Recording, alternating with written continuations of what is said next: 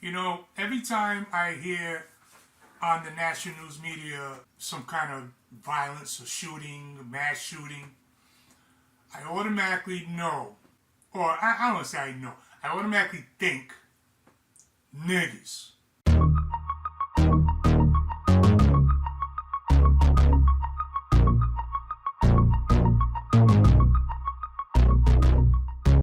Now look, every time, look, now this Tuskegee shooting, as soon as I heard it, I knew it involved niggas, because niggas are violent. It's like it's like this, it's almost like this cancer that lives within the black community. Like, it's not all blacks. Like, you gotta say, like, people like to say, not everybody. It's like with everything. You can take this argument to almost anything and go, not everybody. But it's always a segment of a community or population that are just jackasses. And in the case of us, blacks, this segment projects to the world that that's the entire community.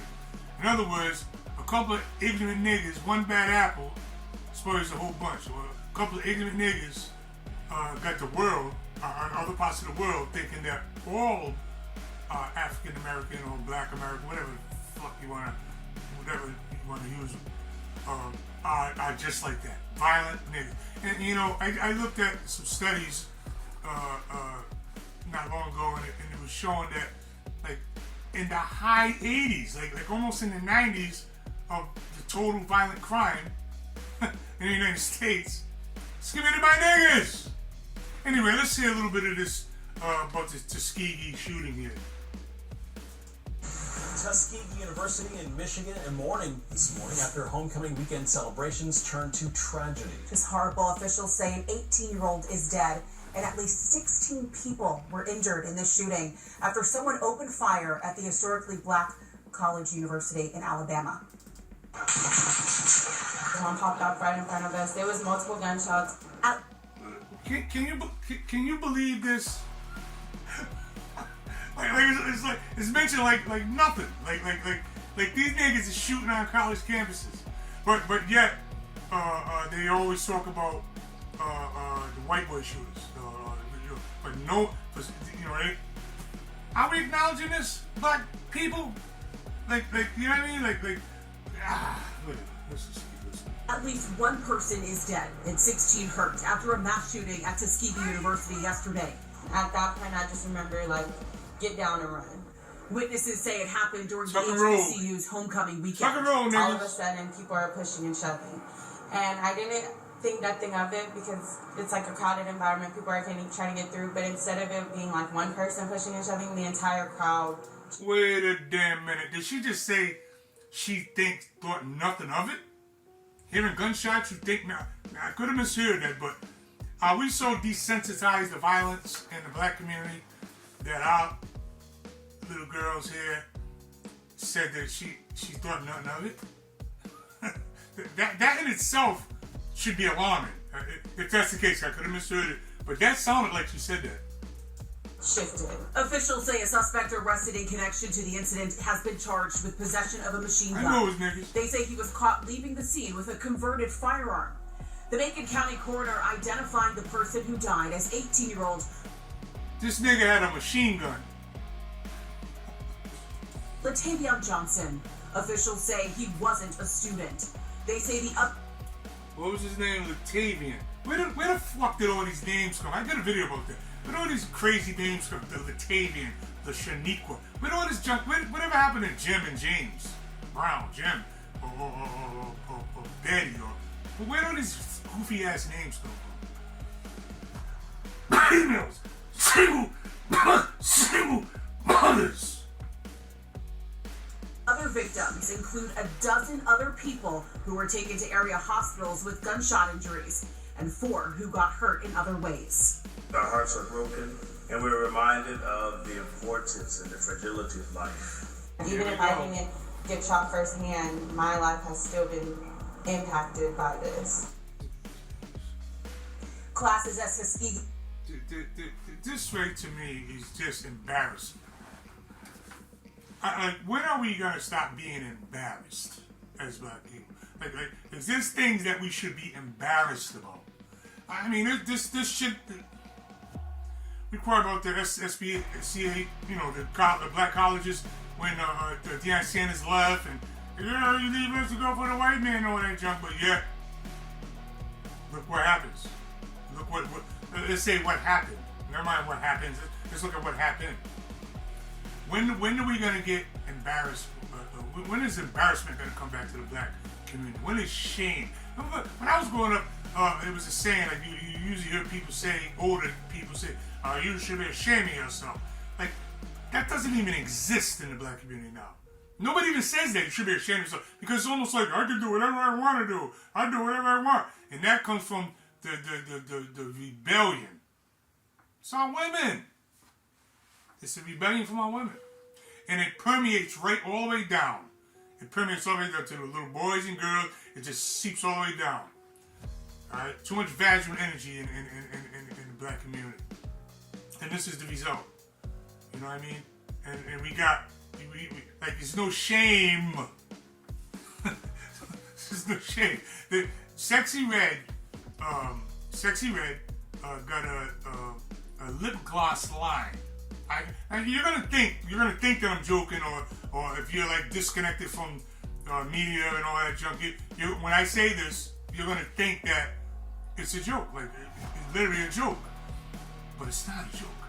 Sexy Red got a lip gloss line with it's like 7 of them. I can't remember all of them, but these two, the names of these two, are stuck out to me. But she has one lip gloss that they're marketing that's called gonorrhea. Hey, wait for this one.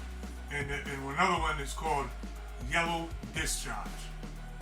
Yeah, I am not kidding. It is that far gone. We actually now where are all these so-called Christian black women? Because everybody's a Christian now.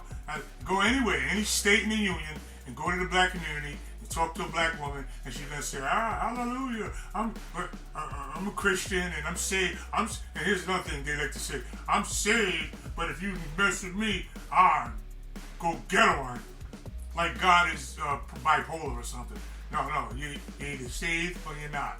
If you go rogue on somebody, then you're not. I'm not gonna go and say you're not saved because I'm not God. Because only God could judge. I got that. But my guess, if I had to guess, I say you're about as saved as an ant that's getting ready to get stepped on. The bottom line is, where are these so-called holy women when they pulling up these whores like Sexy Red, what's the other ones? Sexy Red, Megan Thee Stallion. There's a bunch of these little whores running around out here now, influence our little girls. But Sexy Red aggravates me just a little bit more than the rest of them because she's just so far off the grid that it goes into almost like looniness at that point. Like it's so silly and ridiculous that you think it's a joke. You think it's a joke, but it's actually not a joke. Because there's some little black girl in some hood putting on that lips gloss, gonorrhea, yellow discharge. Just saying that almost makes me embarrassed. Yellow discharge. Are you kidding me? The black church is 90, and these are numbers. These are just numbers. I know numbers and statistics is kryptonite to you jackasses, but it is what it is. The black church is 90% female, black female. So why are all these women prophetesses and all that junk? Why are they not saying nothing about these issues in the black community? Like these girls poisoning our with their rhetoric and their lifestyles, poisoning our little girls. Why don't you say anything about that? Why don't you say anything about the weave industry being a $1 billion industry, single-handedly supported by 11% of the population? And I'm being generous because we represent 11 to 12% of the population as black people as a whole, but there's 3 women born to every 1 male. All right, so that 11, 13% turns into like 8 or 9%. if you want to get technical about it. So 9% of the population is single-handedly supporting a $1 billion industry. I didn't say million, I said billion. Why come you so-called church leaders, prophetesses, or whatever the hell you call yourself, why are you not addressing that? If the black church is 90%, I'm just gonna say 90. I'll be generous, say 85, but I think it's more like 90% black woman, black church, fathers numbers, and all right. If it's 90%, all right, black woman and 10% black male, because men left the black church in droves because the woman is just too arrogant, don't want to shut the damn mouth, and they want to run everything because they don't have no humble and they won't sit behind the man. Like anyway. If it's 90% black woman, then studies show that right now, us, we are aborting 1 out of every 2 of our babies. Well, I shouldn't say we, I should say black women, okay? Because that's not on men, so you kiss my black ass. That's not on men, that's on women. Strictly on them. So stop trying to share the blame when it's about other stuff, but when it's you gotta be held accountable, we gotta help you fight. But yet no one helps us fight. Our counterpart, our women don't help us fight anyway. What I'm trying to get at is this. If 1 out of every 2 of our children are aborted, that means half, 50%, yeah. If have 1, kill 1. Sorry, that's what it is. If that's the case, and the church is 90% black female, alright, that means and I'm being generous, 40%, 45% of the women in church every Sunday has had an abortion. If that's the case, I would venture to say, I would go out on a limb to say that altar call should be full every goddamn week. But I don't see it. So that would mean, just strictly going by the board, that would mean that there's a lot of unrepentant sin sitting in church every Sunday.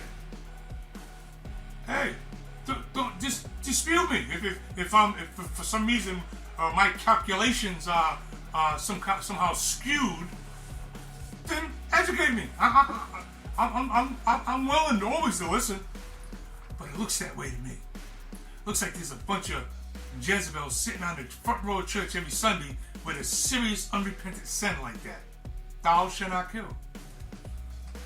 The leftists, we're not going to go into politics. I just wanted to point out that somebody better start saying something. Black women are out of control. Period. It's that simple. And until somebody says it without the disclaimer.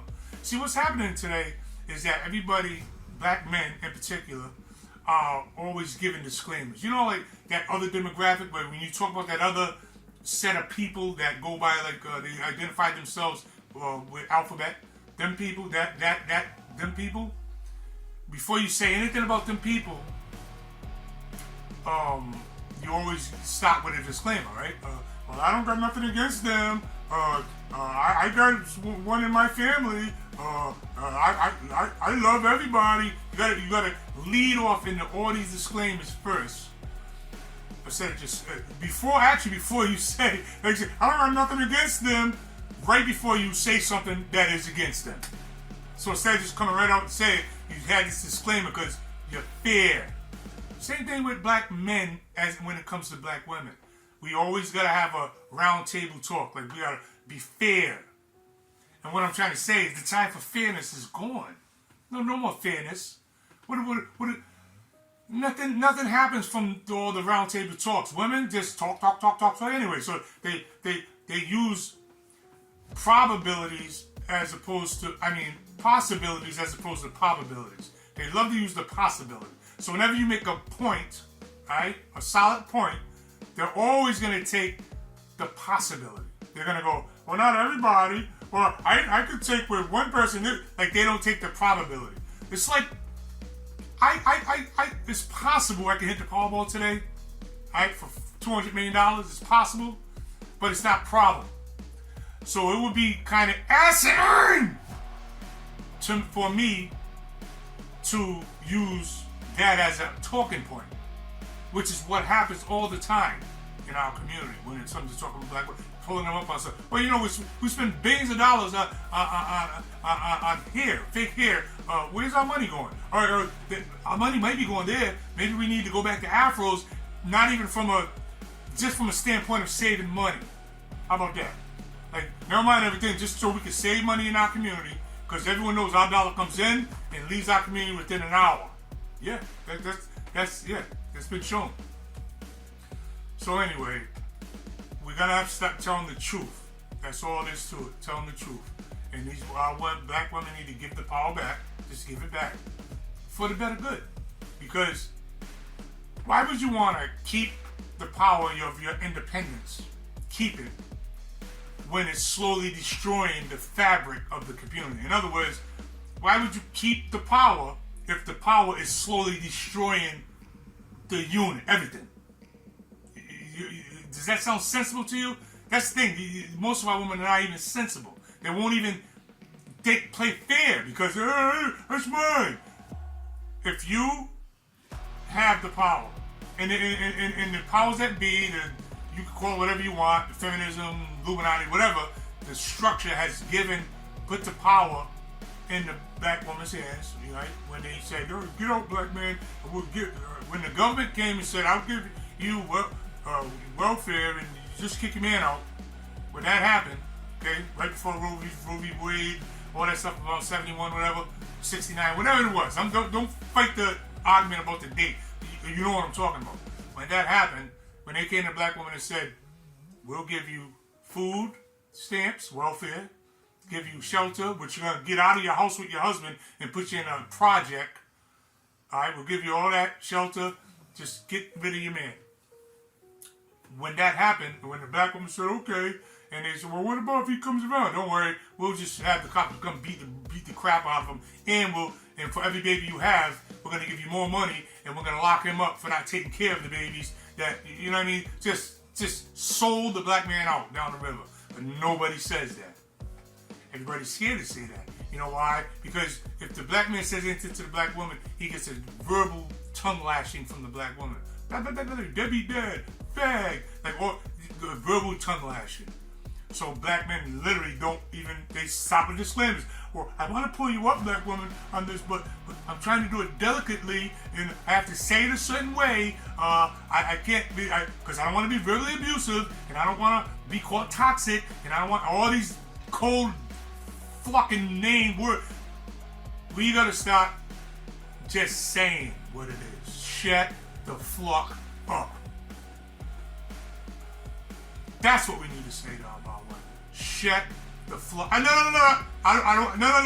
We're not debating. I don't want to hear. No. Shut the fuck up. That's it.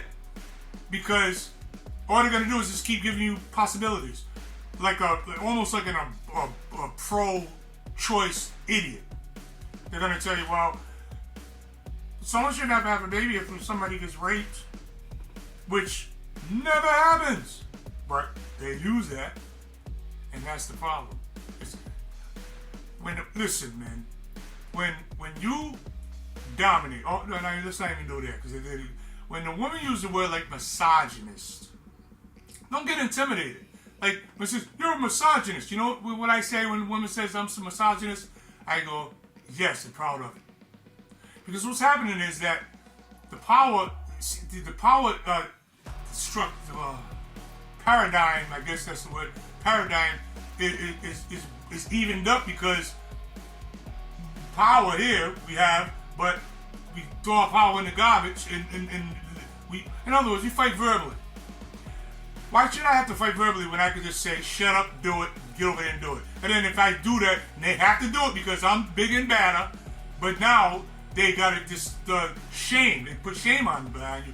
Well, you're a misogynist, or you're a male chauvinist, or you're aggressive and toxic, and they put all these keywords on you. Well, black men go, I don't want to be toxic, I don't want to be this, I don't want to be that. No, be that. Because this is why our women are not listening. because they can shame you. Deadbeat dad. When studies show that 55% of black men are single and childless. How can we be deadbeat dads when 55% of us are single and childless? All right, like 65% of black men are in the middle class. Let that sink in. All right, it's not that we're not able to take care of our families. It's that these Jezebels now want 6 figures. They don't want $40,000 a year. But $40,000 a year between me and you is $80,000, stupid. You understand? Anyway, I think listen, I'm not gonna bite my tongue about it. I see what goes on. Alright? I see what goes on. These violent ass niggas stay violent. You ever see how women are just like horrible and violent, like aggressive and like that's not even feminine energy. It's masculine energy. How women carry masculine energy. Independent is masculine energy to me. Codependent. You should be codependent. Never mind independent. You should be codependent. You should be codependent to your black man.